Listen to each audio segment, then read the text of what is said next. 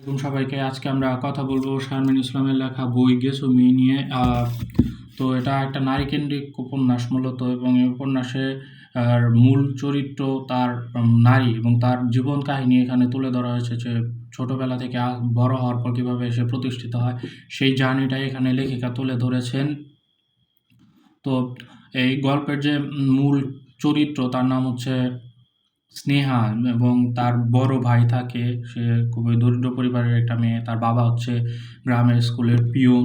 তার বড় ভাই থাকে, তার বোন থাকে, বড় বোন থাকে, এবং সে খুবই ভালো ছাত্রী থাকে। তার ছোটবেলায় দারিদ্রতা, তারপরে বিভিন্ন বাস্তবতার মুখোমুখি সে হয়, এবং সেটা চমৎকারভাবে লেখিকা ফুটিয়ে তুলেছেন। তারপর আস্তে আস্তে সে বড় হওয়ার পরে তার বিয়ের পরের জার্নি দেখানো হয়, সেখানেও সে বিভিন্ন সংগ্রামের মধ্য দিয়ে তার